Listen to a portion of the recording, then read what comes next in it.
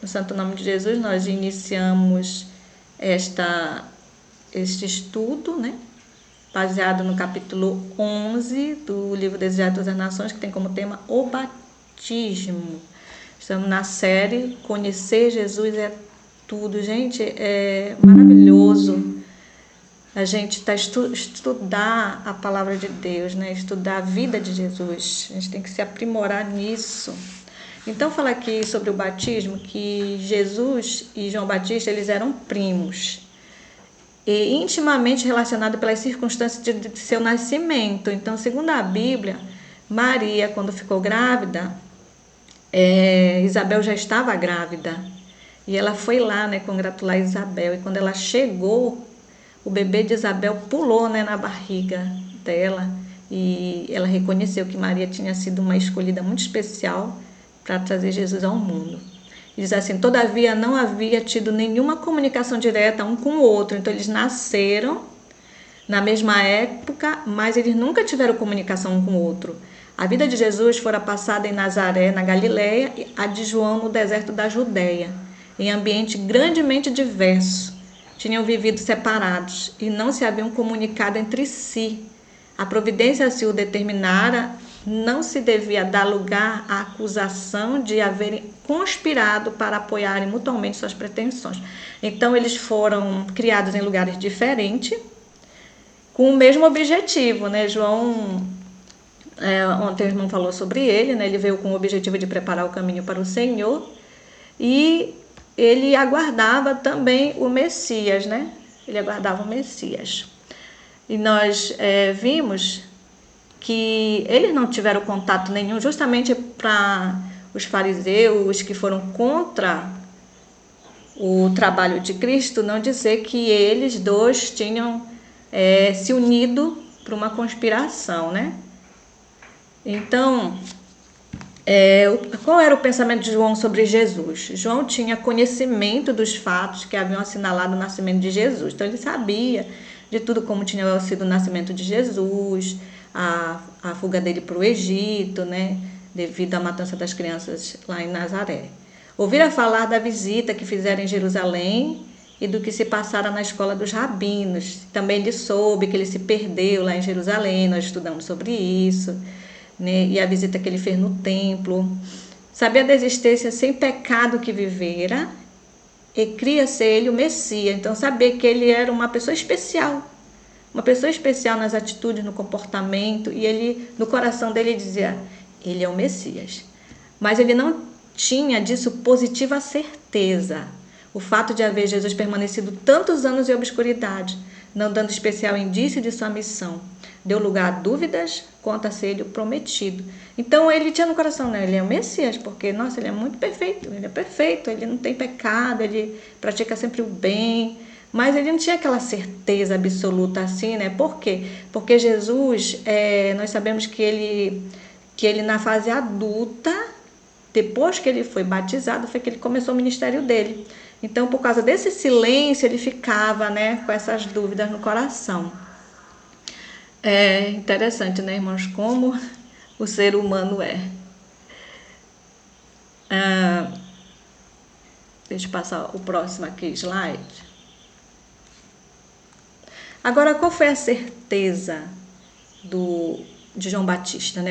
O João Batista, no entanto, esperava com fé, confiante, acreditando que, ao tempo designado pelo próprio Deus, tudo se haveria de esclarecer. Fora-lhe revelado que o Messias procuraria de suas mãos o batismo e seria então dado um sinal de seu caráter divino. Assim seria habilitado para apresentá-lo ao povo. Então, o Espírito Santo falava com João Batista e ele compreendia. É impressionante, assim, eu lendo a história de João Batista, eu fiquei impressionada com a vida dele. Impressionada. O que me levou a estudar profundamente a vida de João Batista? Eu fiz uma pergunta para Deus, Senhor, eu disse: Senhor, por que a alimentação saudável? Por que a alimentação E Deus me respondeu com a vida de João Batista. João Batista, não foi eu estudando Apocalipse, e eu perguntei, Senhor, o que é o colírio espiritual? O que é o colírio que fala, compra o ouro, averte o colírio, né? O que é o colírio? E aí Deus me levou para a história de João Batista, na vida dele, né? Ele era temperante no vestuário, ele era temperante em tudo, e na alimentação também. E diz lá, desde as Nações, que ele tinha um discernimento, ele chegou a um patamar tão elevado de espiritualidade, irmãos, que ele tinha o discernimento de Cristo. Ele olhava a pessoa e lia a pessoa, o caráter da pessoa, né? Como aquela vida que aquela pessoa tinha levado. E ele sabia distinguir, né, o certo do errado, o santo do profano, por causa de quê? Da alimentação dele. Da alimentação dele. É por isso que Deus sempre bate pra gente. Muda a alimentação, né? Faça uma reforma de alimentação, porque nós precisamos, irmão, alcançar esse patamar.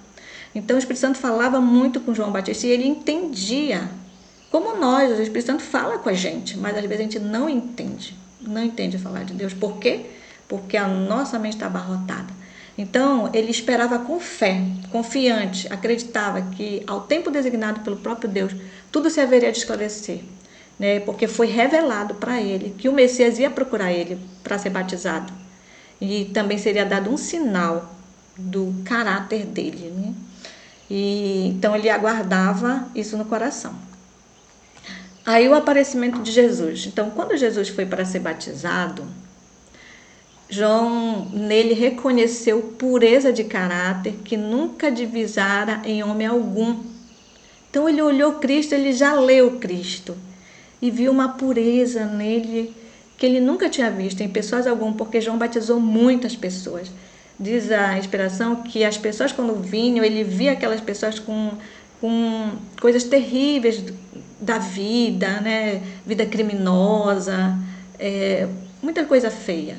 Mas Jesus ele não viu isso. Diz que a própria atmosfera de sua presença era santa e inspirava respeito, né? Então ele ficou maravilhado. Tudo estava em harmonia com o que lhe fora revelado acerca do Messias. No entanto, esquivou-se a fazer o pedido de Jesus. Como poderia ele, pecador, batizar um inocente? E por que haveria aquele que não necessitava de arrependimento se submetesse a um rito que era uma confissão de culpa a ser lavada? Então ele reconheceu Jesus, mas novamente veio um monte de perguntas, né, na cabeça dele. Mas se ele é inocente, se ele não tem pecado, por que eu tenho que batizar ele? Porque o batismo é uma confissão de culpa a ser lavada. Ele não tem nada para lavar. E interessante, né? E Jesus responde para ele, né? Qual foi a resposta de Jesus? Deixa por agora, porque assim nos convém cumprir toda a justiça. Está em Mateus 3,15. E João, cedendo, desceu com o Salvador ao Jordão, sepultando-o na água. E logo que saiu da água, Jesus viu os céus abertos, e o Espírito que como pomba descia sobre ele. Então Jesus disse, olha, é preciso fazer isso, né? Jesus não recebeu o batismo como confissão de pecado de sua própria parte. Jesus não tinha pecado. Identificou-se com os pecadores, dando os passos que nos cumpre dar. A vida de sofrimento e paciente perseverança que viveu depois do batismo foi também um exemplo para nós. Então, tudo que Jesus fez foi de exemplo para nós, né? De procurar o batismo, de se preparar para o trabalho, para o evangelismo, né? Para a missão que Deus, o ID, né? O ID. E a vida de sofrimento e paciente, perseverança que viveu depois do batismo. Tem alguns irmãos que falam assim, que as provações maiores elas vêm depois do batismo, né? Uns já dizem assim, não, tem uns que vêm antes de batizar, já começa as provas, né? E tem outros que é depois, mas não é assim não, irmãos. Se a gente vê assim a vida de Jesus, a gente percebe que ele começou a perseguição com ele antes do batismo. Nós vimos aqui, né, quando ele era bebê, que ele foi perseguido, teve que fugir. Nós vimos quando criança, ele era perseguido pelos irmãos, ele era perseguido pelos rabinos, né? Porque ele não queria seguir as doutrinas de homem. Ele seguia o que estava escrito, né? Escrito. E sabemos também que após o batismo, ele também foi um preparo para ele, uma nova fase da vida dele, né? Então aqui no livro fala que Jesus, ele se preparou, ele sabia que ele estava entrando numa outra fase da vida dele, né? Uma outra fase da vida dele. E diz assim, ao sair da água, o que foi que aconteceu? Então, ao sair da água, né, depois que ele foi batizado ali, e quando ele saiu da água, Jesus se inclinou em oração. Eu fiquei pensando, sabe, quando eu estava lendo isso. Quando a gente batiza, né, a gente faz oração ali com o pastor e tudo, desce as águas, mas quando a gente sobe das águas, a gente não ora. E Jesus, ele fez essa oração, ele derramou a alma em oração, ele saiu, se ajoelhou ali na margem do rio, né? A margem do rio, nova e importante fase abria-se diante dele. Sozinho devia trilhar a vereda, sozinho carregaria o fardo sobre aquele que abrir a mão de sua glória e aceitar a fraqueza da humanidade. Devia repousar a redenção do mundo. O olhar do Salvador parece penetrar o céu. Ao derramar a alma em oração, suplica ao Pai poder para vencer a incredulidade deles e quebrar as cadeias com que Satanás escravizou e derrotar em seu benefício o destruidor. Pede o testemunho de que Deus aceite a humanidade na pessoa de seu Filho. Então, nós vemos aqui que a preocupação de Jesus, né? O que foi que ele fez? Ele logo se ajoelhou e orou para Deus dar poder para ele, né? Para ele saber como agir, como libertar o povo, né, da incredulidade, da escravidão de Satanás. E pede para Deus, né, aceitar, através do testemunho dele, a humanidade. E me tocou muito essa parte, eu fiquei pensando, né, que nós devemos fazer isso também, após sair da água, se ajoelhar e orar. Porque ele sabia, né, diz aqui na inspiração, diz assim, entrava agora em mais amplo círculo no conflito de sua vida. Conquanto fosse o príncipe da paz, sua vida devia ser como o desembainhar de uma espada. O reino que viera estabelecer era oposto daquilo que os judeus desejavam. Aquele que era o fundamento do ritual e da organização de Israel seria considerado seu inimigo e destruidor. Aquele que proclamara a lei sobre os sinais seria condenado como transgressor. O que viera derribar o poder de Satanás seria acusado como Beelzebu. Ninguém na terra o compreendera, e ainda em seu ministério devia andar sozinho. Durante sua existência, nem a mãe nem os irmãos lhe tinham compreendido a missão. Os próprios discípulos não entendiam. Habitara na eterna luz, sendo um com Deus, mas sua vida na terra devia ser vivida em solidão. Então, irmãos, foi nesse, nós sabemos que tem pessoas que creem assim, batizou, está cheio do Espírito Santo, vai ser tudo um mar de rosa a sua vida, você não vai ter problema, né, porque você já é filho de Deus, sou batizado. Não. Nós, como ele fala aqui, né, que ele desembainhou a espada. Nós vivemos uma luta tremenda com os poderes das trevas. A palavra de Deus diz que nós não lutamos contra sangue, mas contra potestades, forças invisíveis do mal. E após o batismo, a nossa luta fica mais intensa, porque aí o inimigo quer nos derrotar mesmo, porque a gente já optou para o exército de Cristo.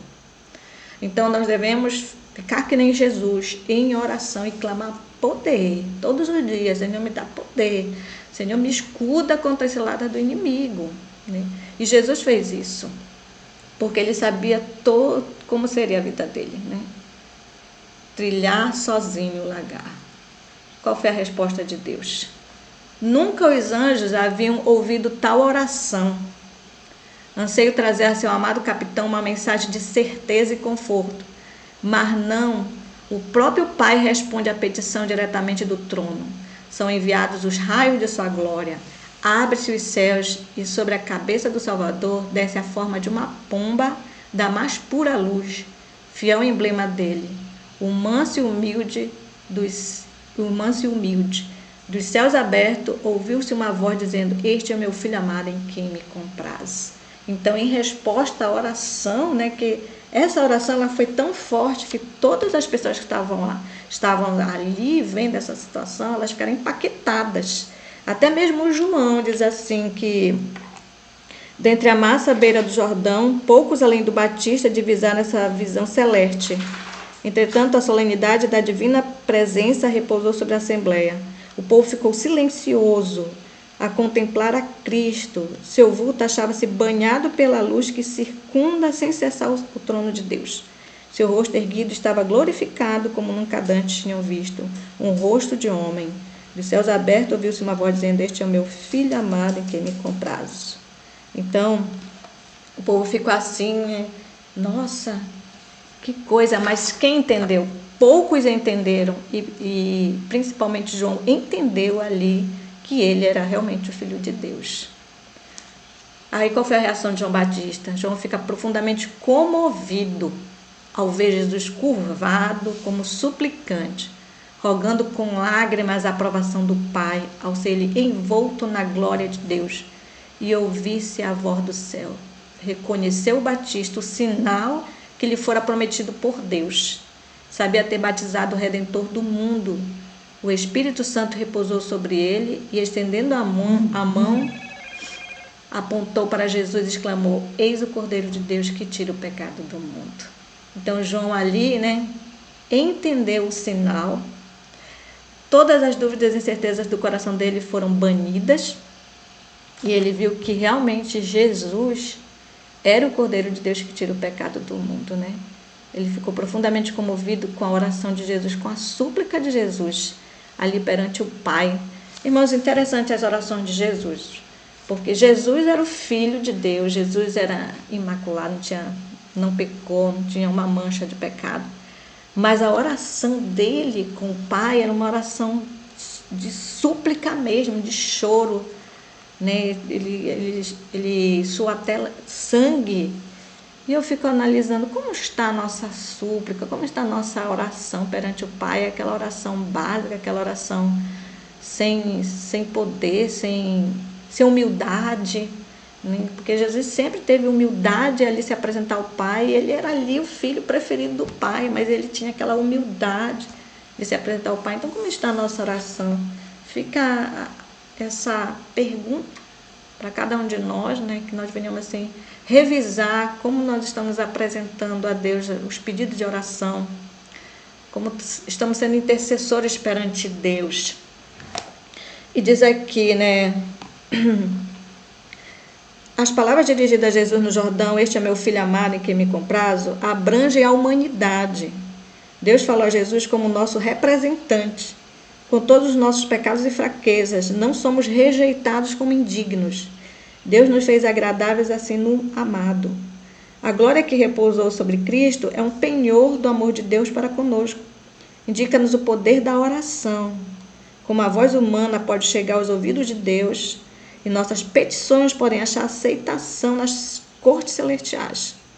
Em razão do pecado, a terra foi separada do céu e alienada de sua comunhão. Mas Jesus a ligou novamente com a esfera da glória. Seu amor circundou o homem e atingiu o mais alto céu. A luz que se projetou das portas abertas sobre a cabeça de nosso Salvador incidirá sobre nós ao pedirmos auxílio para resistir à tentação. A voz que falou a Cristo diz a toda alma crente: este é o meu filho amado em quem me comprazo. Então, nessa oração de súplica, na resposta de Deus a Jesus, ele nos mostra que assim nós, se chegarmos ao trono da graça, com uma oração suplicante, humilde, reconhecendo a nossa fraqueza, pedindo o poder de Deus, nós precisamos, irmãos, todos os dias pedir o poder de Deus, todos os dias da nossa vida, para que possamos vencer as dificuldades que estão na nossa frente. nós estamos vendo aqui na vida de Jesus, que ele tinha essa comunicação, essa intimidade com o Pai desde criança. Ele tinha essa intimidade.